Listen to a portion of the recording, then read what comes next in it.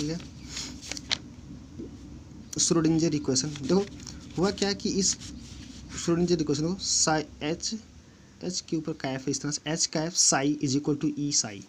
Hair H Schrodinger एक भाई साहब थे जिन्होंने इन सारी चीज़ों को यूज़ किया, ये दोनों ही कॉन्सेप्ट को यूज़ करके उन्होंने एक रिलेशन डिराइव किया और वो रिलेशन आपका ये था, ठीक है। वो एनर्जी को रिलेट कर दिए, एनर्जी को जो इलेक्ट्रॉन का एनर्जी था वेव के रूप में हो या प्रोटॉन के रूप में, उनकी पूरी एनर्जी को एक वेव फंक्शन से उन्होंने डिफाइन किया और वो ये आपका वेव फंक्शन है, ठीक है। हेयर एच, ये H cap is a mathematical operator called Hamiltonian, E is total energy and Sai is wave function associated with the electron, electron के लिए अगर है तो, ठीक है। तो इन सारी चीज़ों को जानना हमें बहुत ज़्यादा ज़रूरत नहीं है क्योंकि ये हायर स्टडी के लिए हैं। आप जब ग्रेजुएशन करोगे तो वहाँ पे ये सारी चीज़ें डिटेल में मिलेंगी। हमें यहाँ पे इन सारी चीज़ों को नहीं देखना बल्कि इससे रिजल्ट क्या आया उन सारी चीज़ों को बस देखना है, ठीक है। तो बहुत ज़्यादा फोकस करने की जरूरत नहीं है, बस आप ध्यान रखो कि श्रोडिंगर ने क्या किया था, उन्होंने एक बेबी क्वेश्चन डिफाइन किया और उसी से आप डुअल नेचर, वो जितने भी नेचर थे आपके इलेक्ट्रॉन के उसको ईजिली डिफाइन किया जा सकता था, आप पोजीशन भी और उसकी वेलोसिटी भी सब कुछ। तो the solution of this equation, यही मेन है। The solution of this equation gives the all information about position, probability, density, Sai not square, quantized energy level. अब यहाँ से देखो ये जो वेव इक्वेशन था, इसी वेव इक्वेशन से इसको सॉल्व किया गया। सॉल्व करने के बाद यहाँ से प्रोबेबिलिटी डेंसिटी निकाली गई। तो प्रोबेबिलिटी डेंसिटी क्या हो गई, पहले हम लोग फिक्स्ड चीज़ें मान रहे थे, सारी चीज़ें अब तक जो बोर मॉडल हमने देखा था उसमें सारी चीज़ें फिक्स्ड थी। फिक्स्ड जैसे स्टेशनरी ऑर्बिट था, इलेक्ट्रॉन कहाँ है ये बात हमें पता होता था कि इलेक्ट्रॉन यहाँ पे रिवॉल्व कर रहा है, इतने लोकेशन में उसका है, समझ में आया बात। लेकिन इलेक्ट्रॉन ऐसा होता नहीं है।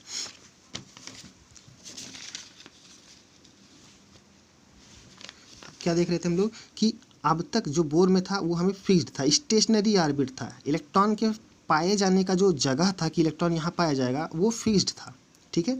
लेकिन वो इन दो प्रिंसिपल जो हमने पीछे देखा उससे ये डिसाइड हो गया, उससे फिक्स्ड हो गया कि एग्जैक्टली उसका हम पोजीशन डिटरमाइन नहीं कर सकते। सिर्फ और सिर्फ क्या कर सकते हैं, एक प्रोबेबिलिटी बता सकते हैं कि हाँ इलेक्ट्रॉन यहाँ पाया जाएगा, इस बात की इतनी प्रोबेबिलिटी है, समझ आई बात। तो अब जितना भी ये मैकेनिकल डिज़ाइन है जो भी है ये, वो आपका किस पे बेस्ड हो गया है, ये बेस्ड हो गया प्रोबेबिलिटी पे, समझ में बात। कि एक प्रोबेबिलिटी मान लेते हैं कि इलेक्ट्रॉन जो पाया जाएगा उसकी कोई 3 डायमेंशन से ये एक न्यूक्लियस है। तो अब देख रहे हैं कि इसके चारों तरफ ये वाला जो रीजन है ये मैक्सिमम प्रोबेबिलिटी है इस बात की कि जो हमारा इलेक्ट्रॉन हो वो इस साइडेड रीजन में बिलोंग कर रहा हो, समझ में बात। तो अब सारी की सारी चीज़ें, जो पोजीशन था, जो ट्राजेक्ट्री थी, जो एनर्जी था, उन सारी चीज़ों को किस में रिलेट कर दिया गया, प्रोबेबिलिटी से रिलेट कर दिया गया, ठीक है। The solution of this equation gives the all information about electron position, probability, density, Sai square जो है ये प्रोबेबिलिटी डेंसिटी यही फंक्शन। हम इन सारी चीज़ों से मतलब नहीं है यहाँ पे, लेकिन फिर भी साई स्क्वायर जो होता है ये प्रोबेबिलिटी डेंसिटी होता है। क्वांटाइज्ड एनर्जी लेवल, क्वांटाइज मतलब वही अलग अलग सेल की एनर्जी, क्वांटाइज मतलब क्वांटाइज होना। फॉर मल्टी इलेक्ट्रॉन स्पीसीज सब energy level is obtained and called,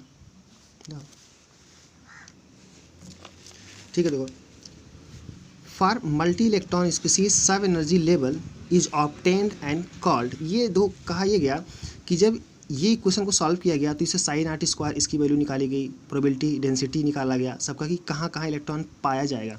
और इलेक्ट्रॉन पाए जाने के लिए ही उसकी जो प्रोबेबिलिटी आई मैक्सिमम जहाँ था उसको हमने एक रीजन माना, उस रीजन को क्या बोल दिया गया, ऑर्बिटल, ठीक है। जहाँ पे इलेक्ट्रॉन क्या मिलता है, मैक्सिमम रहता है, प्रोबेबिलिटी पाया जाएगा वहाँ पे।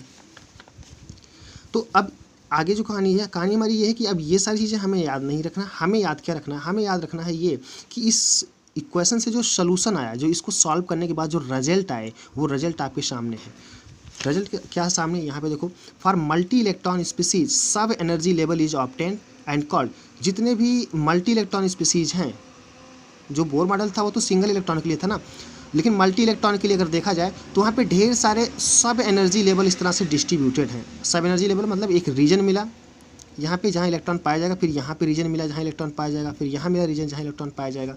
तो और इसी को क्या बोलोगे आप, एनर्जी लेवल, अलग अलग एनर्जी लेवल है, ठीक है।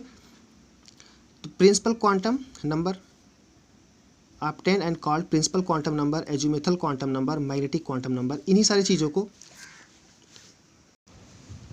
ठीक है। Principal quantum number, azimuthal quantum number, magnetic quantum number, इन्हीं 3 चीज़ों से रिप्लेस कर दिया गया। वो जो भी था पोजीशन और उसका ट्राजेक्ट्री, वो सारी की सारी चीज़ें इन 3 वैल्यूज़ से रिप्लेस कर दिया गया। और ये 3 वैल्यूज़ क्या हुआ, उसको एग्जैक्ट डिफाइन कर देते हैं कि इलेक्ट्रॉन की एग्जैक्ट पोजीशन क्या है, उसका रोटेशन क्या है, उसकी स्पिन क्या है, किस तरह से वो रोटेट कर रहा है, किस एनर्जी लेवल में है, वो सारी की सारी चीज़ें इन सारी चीज़ों से क्या होती हैं, एक्सप्लेन हो जाती हैं। समझ में आई बात। तो ये हमारे कौन से होते हैं, ये क्वांटम नंबर्स कहलाते हैं। और क्वांटम नंबर आपके 4 होते हैं, principal quantum number, azimuthal quantum number, magnetic quantum number और एक लास्ट होता है आपका स्पिन क्वांटम नंबर। देखो ये बिल्कुल उसी तरह से हैं जैसे आप एक फ्रेंड से, आप अपने फ्रेंड से अगर मिलने जा रहे हो तो आपको 4 चीज़ों की कम से कम ज़रूरत पड़ेगी, उसका नाम, उसका विलेज, डिस्ट्रिक्ट, स्टेट। आप ये 4 इन्फॉर्मेशन अगर पा गए उसका, तो आप आसानी से उससे जाके मिल सकते हो, उसके घर पहुंच सकते हो। ठीक है। ऐसे ही अगर हम एक एटम है और उस एटम के अंदर ढेर सारे इलेक्ट्रॉन फिल हैं, तो हम किसी एक इलेक्ट्रॉन से अगर हमें मिलना हो, उसके बारे में डिटेल जानना हो कि वो आखिर में कहाँ है, किस एनर्जी लेवल में है, किस तरह से रोटेट कर रहा है, और यहाँ से उसका ओरिएंटेशन क्या है, वो इस तरफ पढ़ रहा है या इस तरफ पढ़ रहा है या इस तरफ पढ़ रहा है ना, किसी फिक्स्ड पॉइंट से। इन सारी चीज़ों का इन्फॉर्मेशन अगर हमें जानना है तो हमें इन 4 क्वांटम नंबर्स को जानना होगा। यानी कि 4 वैल्यूज इस इलेक्ट्रॉन के लिए हमें निकालने पड़ेंगे और हमें पता चल जाएगा कि इलेक्ट्रॉन कहाँ पे है, किस एनर्जी लेवल में है, उसका ओरिएंटेशन क्या है, उसका स्पिन क्या है, वो किस तरह से रोटेट कर रहा है, वो सारी की सारी चीज़ें। ठीक है। तो अब ये पीछे वाली चीज़ें आपको बहुत ज़्यादा ध्यान देने की जरूरत नहीं है। ध्यान कहाँ से देना है आपको, यहाँ से। ठीक है, कि what is quantum numbers. Quantum numbers क्या होते हैं, एक सेट होता है, एक डेटा का सेट होता है जो कंप्लीट इन्फॉर्मेशन देता है किसी इलेक्ट्रॉन के बारे में। ठीक है, जिसमें से पहला क्या आपका प्रिंसिपल क्वांटम नंबर। तो हम लोग एक एक करके देखते हैं ये।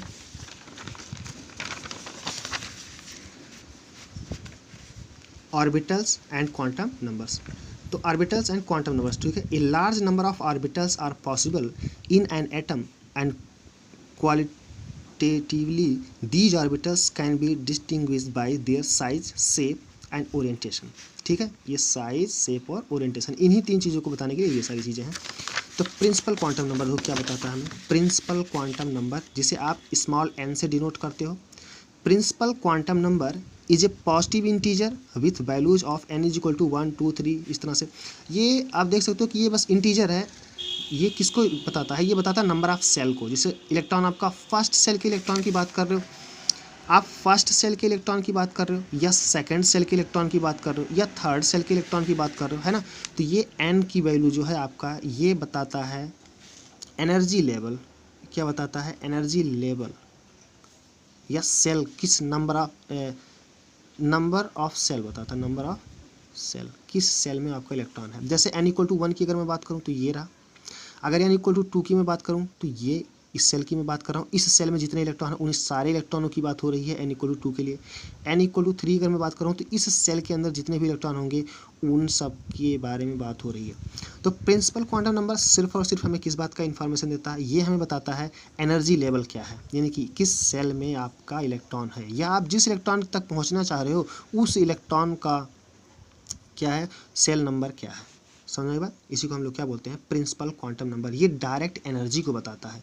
अगर n की वैल्यू कम है तो कम एनर्जी वाला होगा, क्योंकि हमें पता है ऊपर जाने पे एनर्जी क्या होगी, इंक्रीज होगी। हायर सेल की एनर्जी ज़्यादा होती है ना।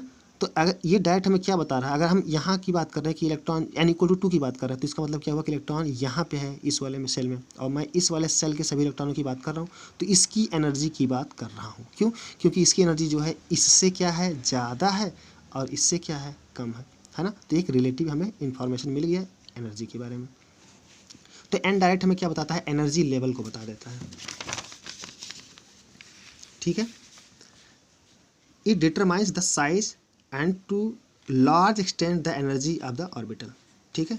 It also identifies the shell with the increase in the value of n, the number of allowed orbital increases and are given by n square. Total number of orbital जो होते हैं वो n square होता है। अभी देख लेंगे आगे, पूरा डिस्कशन फिर से मिलने वाला है। Each value of n represents a single shell. अभी n की वैल्यू क्या होगी, 1 2 3 4 इस तरह से होगी। और जो क्वांटम नंबर, दो k l m n को हम क्वांटम नहीं बोलेंगे, ये तो नामकरण किया गया था बोर के द्वारा, k l m n नाम दिया गया था सेल का, जो स्टेशनरी सेल थे ना। यहाँ पे जो क्वांटम नंबर की बात हो रही है, तो यहाँ पे क्वांटम नंबर सिर्फ कौन से हैं आपके, ये 1 2 3, ये सब क्या हैं, ये हैं क्वांटम नंबर। क्लियर हो गई बात। Energy of orbital is directly proportional to value of N, हाँ बिल्कुल सही है। एन की वैल्यू अगर इंक्रीज होती जा रही है तो एनर्जी भी क्या होगा, इंक्रीज होता जाएगा। अगर एन की वैल्यू कम होती जाएगी तो एनर्जी भी क्या होगा, कम होता जाएगा। क्लियर होगी बात। तो पहली चीज़ हमने देखा, फर्स्ट जो हमारा पहला क्वांटम नंबर था उसे हम क्या नाम रखे, प्रिंसिपल क्वांटम नंबर। ये डायरेक्टली क्या बताता है, ये बताता है एनर्जी लेवल को, ठीक है। ये किसको बताता है, एनर्जी लेवल को, या सेल को प्रेजेंट करता है, ये कि किस सेल में आपका इलेक्ट्रॉन है या आप किस सेल के इलेक्ट्रॉन की बात कर रहे हो। क्लियर होगी बात। पहला प्रिंसिपल क्वांटम नंबर किसे कहते हैं।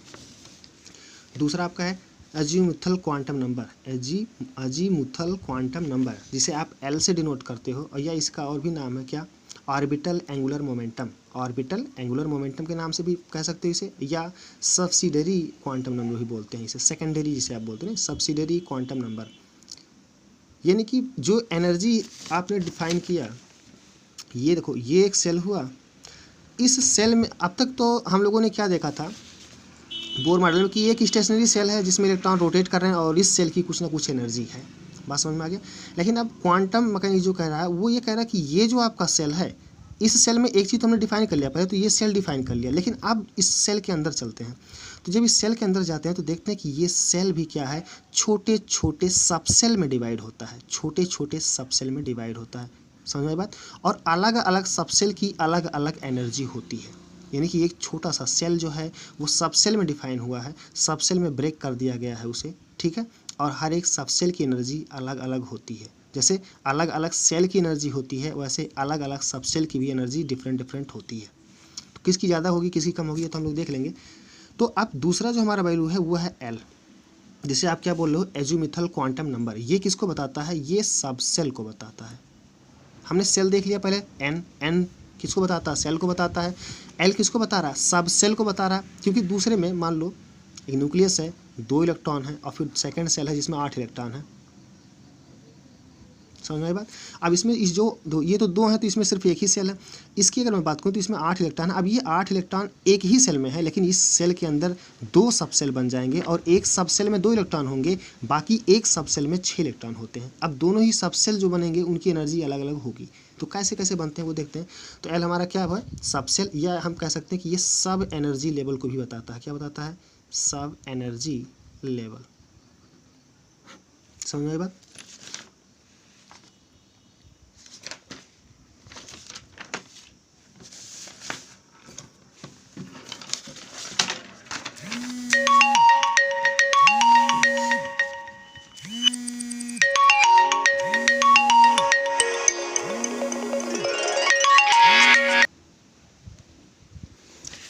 It defines the 3 dimensional shape of the orbital. 3 dimensional shape समझ में आ गया होगा बात, कि वो जो एक आपका ऑर्बिटल था, एक ऑर्बिट था। ऑर्बिट और ऑर्बिटल में फ़र्क अभी देखेंगे। ये मान लेते हैं एक सेल था,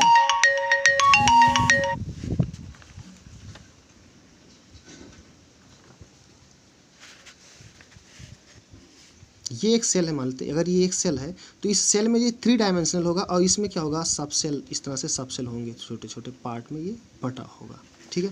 तो it defines the 3 dimensional shape of the orbital for a given value of n. N की गिवन वैल्यू के लिए से एन इक्वल टू 1 2 3 4 इस तरह से दिया गया होगा।